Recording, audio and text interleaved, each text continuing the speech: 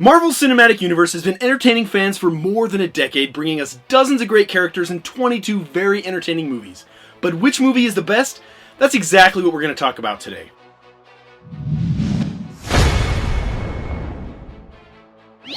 Hey there, I'm Kristian from OneMinute Critic for FilmIsNow. Now that Marvel has released Avengers Endgame, what is arguably the most anticipated movie in the entire run, it seems like a great opportunity to take a look back and try to figure out which MCU movie is the best. Now before I begin my ranking, we'd love to hear your thoughts or see how you would rank the MCU, so go ahead and let us know in the comments down below and let's discuss. And in order to keep this video from being over an hour long, I'm only going to be giving a few points for each ranking and there will be some spoilers. So here we go. We start with my least favorite film in the MCU. Coming in at number 22, Iron Man 3. Now I consider this movie the weakest link. The Mandarin is the worst villain in the whole MCU and the movie does very little to actually move the franchise forward. That's why this is at the bottom of the barrel. Next at number 21, The Incredible Hulk. Now I've got this near the bottom because Edward Norton's departure from the role is pretty jarring and messes up the continuity of the MCU pretty bad. Not only that, the Hulk looks completely different, and if I'm being totally honest, I usually skip this movie completely when I binge Phase 1. Moving on to number 20, Iron Man 2. Now despite bringing more characters to the table like War Machine and Black Widow, Iron Man 2 has just another mediocre villain in Whiplash, and another continuity-crushing casting change in Don Cheadle taking over for Terrence Howard. That brings us to number 19, Captain America: The First Avenger. Now, even though this movie has one of my favorite villains, Red Skull, and is a very important piece in Marvel's Cinematic Universe, this movie is just one of the slowest moving and has some of the most boring scenes in the entire MCU. But you gotta love Cap. And now number 18, Guardians of the Galaxy Volume 2. It's a pretty solid sequel and expands on an already vibrant Guardians universe, and it's fun to see these characters go on another crazy adventure together, but in the end the movie's not even close to being as good as the first Guardians. And now to number 17, Thor. Again, like Captain America's first film, this one is a very important piece in establishing the MCU, but this one is also very slow and has a whole lot of boring parts. But it does give us our very first taste of space, magic, and mysticism in the MCU. At number 16, Avengers: Age of Ultron. Now despite giving us a few more new characters and some very important components to the MCU's overarching storyline, Age of Ultron is the one movie in this bunch that seems to get worse each time you watch it, and it's arguably the cheesiest of the bunch. At number 15, Thor: The Dark World. This movie is the MCU's first that takes the adventure off Earth and brings another Infinity Stone into the mix. It may be near the bottom of most people's list, but I'm convinced had this come out after Guardians of the Galaxy, people wouldn't have been so bothered by the drastic change of location and would have liked it a whole lot more.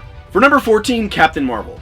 This movie introduces us to the newest Avenger and is also the first MCU film with a true female lead, and it's all buttered up with plenty of head-nodding 90s nostalgia. Brie Larson is perfectly cast, and it's a lot of fun to follow around a decades younger version of Nick Fury, but the action in the story isn't impactful enough to stand out in this giant film library. For number 13, Ant-Man and the Wasp. Now, even though this was the first film to be released in the aftermath of Infinity War, it still manages to move Scott Lang's story forward and delivers big on the humor. We also learn some very vital information about the quantum realm, which becomes a very important plot device in the films that follow.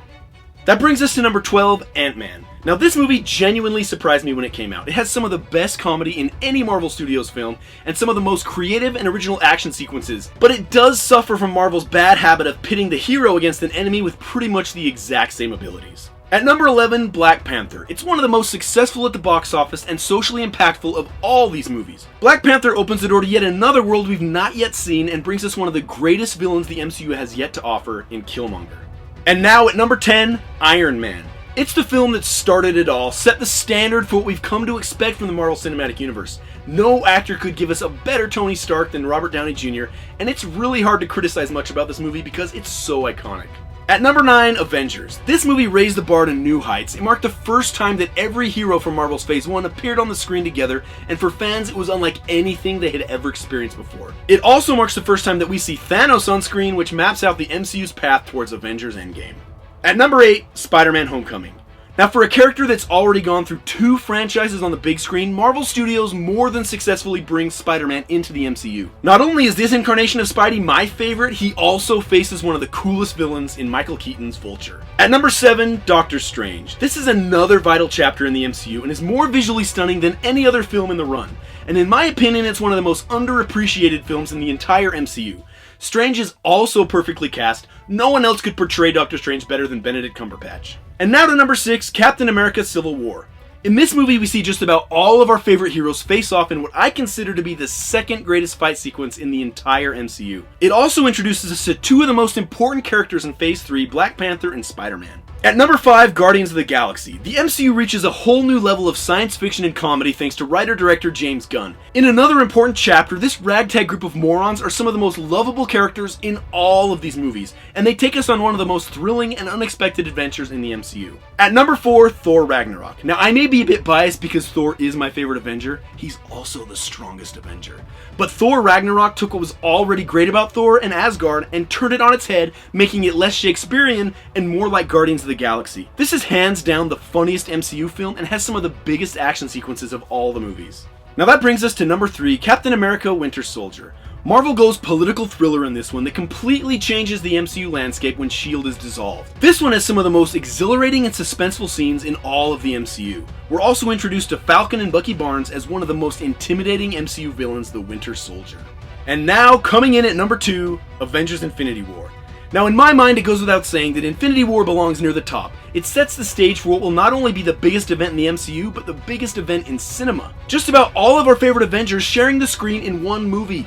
And as the cherry on top, we get Thanos, who is easily the best villain Marvel's Cinematic Universe has seen, and it really got me excited for Marvel's grand finale. Which by now is pretty obvious, but my favorite movie in the Marvel Cinematic Universe is Avengers Endgame.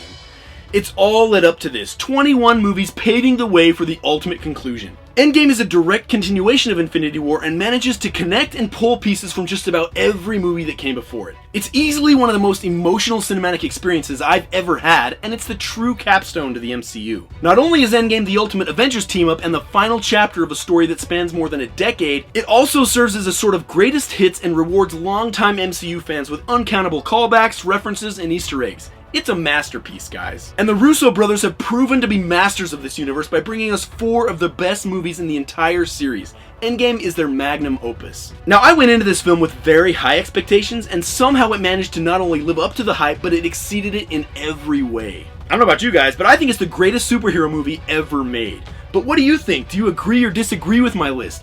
I would love to see your rankings, so go ahead and drop your list in the comments below and let's talk about it. And if you like this video, don't forget to give it a big Thanos-sized thumbs up and share it with all your friends, or at least half of them. Hey, once again, I'm Kristian from OneMinute Critic. Feel free to check out my channel. I do 1-minute movie reviews, ranking videos, and other movie-related content. The link is in the description down below. Thank you so much for watching Film Is Now, and we'll see you guys next time.